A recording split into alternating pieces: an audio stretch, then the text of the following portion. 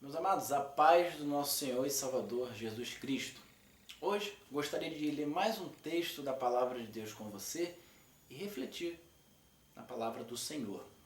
Esse texto se encontra em João, capítulo de número 6. João, capítulo de número 6.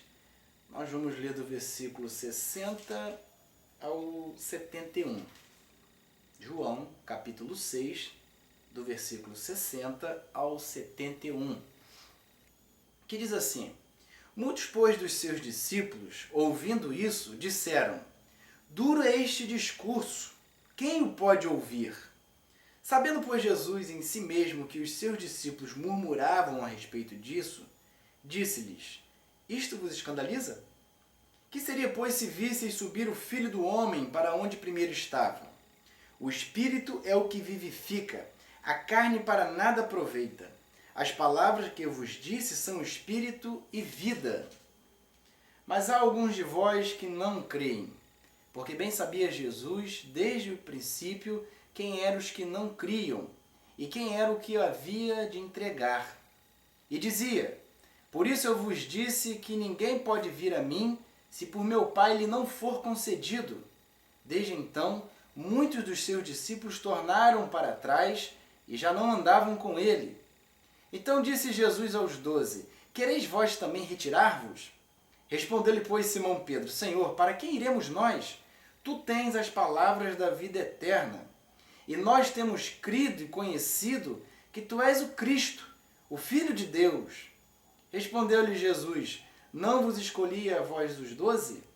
E um de vós é um diabo. E isso dizia ele de Judas Iscariotes, filho de Simão, porque este o havia de entregar, sendo um dos 12. Amém. Que Deus abençoe a sua palavra. Meus irmãos, nessa ocasião, Jesus estava no auge da popularidade do seu ministério. Não era difícil encontrar Jesus envolto por uma grande multidão. Muitas pessoas seguiam Jesus naquele momento, naquela ocasião do ministério de Jesus. Só que a multidão poderia ser dividida em dois grupos. O primeiro grupo, daqueles que seguiam Jesus sinceramente, com o coração inteiro. E o segundo grupo é aqueles que seguiam a Jesus por algum interesse, a fim de que algo lhe fosse feito. Não seguiam Jesus por amor, seguiam Jesus por algo que pudesse trazer benefício à própria alma. E é nesse momento que Jesus faz questão de separar aqueles que eram seus discípulos verdadeiros ou aqueles que seguiam a Jesus por interesse. Fazia questão de separar aqueles que eram espirituais dos materialistas. E é nessa ocasião que Jesus profere algumas palavras que para muitas pessoas foram até ditas como palavras duras, mas foram palavras verdadeiras de Jesus para poder provar a sinceridade dos seus discípulos. O tema da mensagem de hoje é: o que significa ser discípulo de Jesus? Discípulo era o aprendiz. O discípulo era aquele que acompanhava o seu mestre.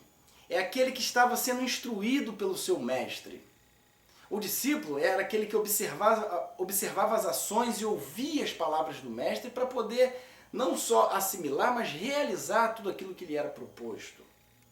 E Jesus diz que o discípulo deveria o seguir e seguir ele com o coração inteiro, não por metade, não por interesse. A multidão pedia de Jesus um milagre, a multidão pedia de Jesus algo concreto para se ver. Jesus diz: olha, peraí, é a hora de separar essa grande multidão, esse grande grupo.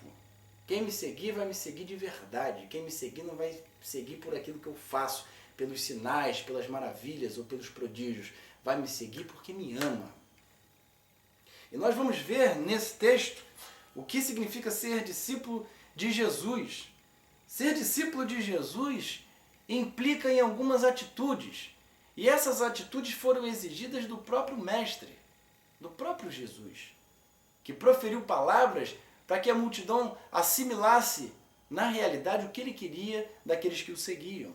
O discípulo também tem essa qualidade, o discípulo deve ser seguidor. E não como aquela multidão que seguia Jesus por motivações outras, mas seguia Jesus de verdade. Em primeiro lugar, se você ler o versículo 63 e 64 do texto que nós lemos, diz assim: o Espírito é o que vivifica, a carne para nada aproveita. As palavras que eu vos disse são Espírito e vida. Mas há alguns de vós que não creem, porque bem sabia Jesus desde o princípio quem eram os que não criam e quem era o que havia de entregar. Ser discípulo de Jesus implica, em primeiro lugar, em crer nas suas palavras. Era isso que Jesus exigia. E ele disse, olha, as minhas palavras são espírito e vida, mas tem alguns de vocês que não creem. Vocês ainda não entenderam a profundidade da minha mensagem, vocês não entenderam a profundidade da minha pregação. Ser discípulo exige do discípulo isso, crer de verdade, acreditar. Crer que Jesus tinha uma missão e que essa missão precisava ser cumprida. É impossível conceber a ideia de um discípulo que não crê, que não acredita. Jesus diz que o início da viagem se dava por isso, por credulidade, por fé, por acreditar. Lá em João 14, 21, a palavra de Deus diz assim: aquele que tem os meus mandamentos e os guarda, este é o que me ama. E aquele que me ama será amado de meu Pai, e eu o amarei e me manifestarei a ele. O discípulo de Jesus ama Jesus a ponto de guardar as suas palavras e transformar essas palavras em mandamento. Fazer com que a palavra de Jesus esteja impressa no coração, que seja uma realidade nas convivências, nos vínculos relacionais. Essa era a ideia de Jesus para o discípulo. Crer em Jesus, abraçar a causa do Evangelho, procurar praticar as palavras de Jesus, não apenas ouvi-las, mas praticar as palavras de Jesus. E Jesus diz que a maior expressão de amor que um discípulo pode dar a ele é aquele discípulo que ouve a palavra, guarda dentro do coração. Esse se manifesta amor a ele. Em 1 João 2,3, a palavra de Deus diz assim: nisto sabemos que o conhecemos, se guardarmos os seus mandamentos.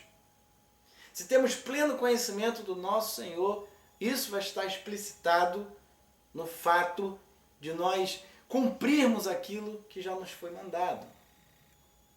A multidão não estava disposta a fazer isso. A multidão buscava Jesus por outros interesses. A multidão queria ver milagre. A multidão queria ver operação de maravilhas. E Jesus diz que ser discípulo não é apenas se deter no campo transcendental, espiritual, mas ser discípulo é assimilar a palavra de Deus e praticar essa palavra de Deus. Ser discípulo de Jesus implica nisso, crer nas palavras de Jesus. Palavras que devem estar gravadas no nosso coração e expressas nas nossas atitudes. Palavras de uma pessoa que nasceu de novo, que recebeu vida nele. Esse é o discípulo de Jesus, esse é o que segue a Jesus com o coração inteiro. Esse é o que segue a Jesus de verdade.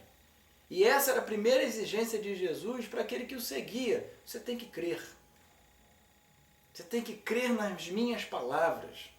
O que eu disser deve ser abraçado pelo seu coração. E nisso há um exercício de fé. Há uma elevação da alma pelo simples fato de crer. A segunda coisa está lá no versículo de número 66, que diz assim: desde então, muitos dos seus discípulos tornaram para trás e já não andavam com ele. Ser discípulo de Jesus implica, em segundo lugar, em jamais recuar. Quem é discípulo de Jesus não pode recuar, não pode voltar para trás, não pode desistir. Não pode um dia assumir um compromisso e voltar atrás, desviar para a direita, para a esquerda. Um discípulo de Jesus não age assim. Ele não recua. O caminho dele é sempre para frente, com um objetivo, olhando para o alvo. Essa é a ideia do discípulo de Jesus. Quando Jesus chamava alguém para segui-lo, ele entendia que essa pessoa seria tomada de uma coragem e que não deixaria a fraqueza, a covardia tomar conta do coração. O discípulo de Jesus não recua atrás, não fica olhando para o retrovisor da vida. Ele vai sempre em frente, ele caminha para frente. Ele vai trilhando a caminhada cristã, dia a dia, cada dia um passo, até chegar aos céus e ter um encontro final com Jesus glorificado e estar também numa situação glorificada. O discípulo de Jesus é assim. Além de crer, não volta atrás. Ele fez com que as palavras de Jesus estivessem dentro dele. Ele assimilou os conteúdos mais profundos do Evangelho. Lá em Lucas 9,62, diz assim: E Jesus lhes disse, ninguém que lança a mão do arado e olha para trás é apto para o reino de Deus. Ninguém que lança a mão do arado. O arado era um instrumento que a pessoa sulcava a terra para poder semear naquela terra. E ele não podia olhar para trás não, ele tinha que ir sempre para frente. Um discípulo de Jesus sempre caminha para frente. Esse é o caminho dele. Por mais que venham lutas, por mais que hajam pedras e espinhos no caminho, o discípulo de Jesus sempre vai para frente. Confiando, tendo fé, indo sempre para frente. E Jesus diz isso. Se é discípulo, não pode voltar atrás. Aqueles homens ouviram aquelas palavras de Jesus. Disseram que o discurso de Jesus era muito duro. Aquelas palavras eram palavras que confrontavam, que causavam impacto. E eles tornaram para trás. Eles desistiram de andar com Jesus. E Jesus diz, olha, para ser meu discípulo não pode voltar atrás não. Tomou a decisão, vai comigo até o fim. Até que isso culmine em morte. Até que isso culmine em castigo. Até que isso culmine numa pena, numa condenação. Aquele que me segue está comigo até o fim. Não pode voltar atrás. Em Hebreus 10:38 diz assim, mas o justo viverá da fé. E se ele recuar, a minha alma não tem prazer nele. Deus não tem prazer naquele que recua, naquele que volta atrás. Porque ele vive da fé. Ele fica na expectativa da provisão de Deus, do estender das mãos do Senhor. E se ele volta atrás, é como se ele não cresce, ele abrisse mão. É como se ele diminuísse o poder de Deus, sendo que o poder de Deus é infinito. É maior do que nós podemos imaginar. Não pode recuar, não pode voltar atrás. A terceira característica de um discípulo de Jesus é do versículo 67 ao 69, que diz assim, então disse Jesus aos 12, quereis vós também retirar-vos? Respondeu-lhe, pois, Simão Pedro, Senhor, para quem iremos nós? Tu tens as palavras da vida eterna, e nós temos crido e conhecido que tu és o Cristo, o Filho de Deus. O discípulo de Jesus precisa ter certeza do seu chamado. O discípulo de Jesus precisa ter certeza do seu chamado. Quando Jesus proferiu aquelas palavras, a multidão abriu. Um grupo foi embora, voltou atrás. Não tem como mais acompanhar esse homem. E Jesus olha para os 12, aqueles 12 que haviam sido chamados também para serem discípulos de Jesus. Jesus olha para eles, e vocês querem ir embora?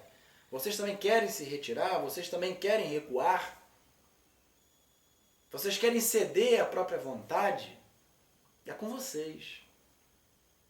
Não me sigam por força, não me sigam por obrigação, mas me sigam por amor. Vocês querem ir? E Pedro, tomando a frente, diz, Senhor, para onde nós iremos? Só tu tens as palavras de vida eterna. Um discípulo é assim, ele que conhece e sabe que tem um chamado.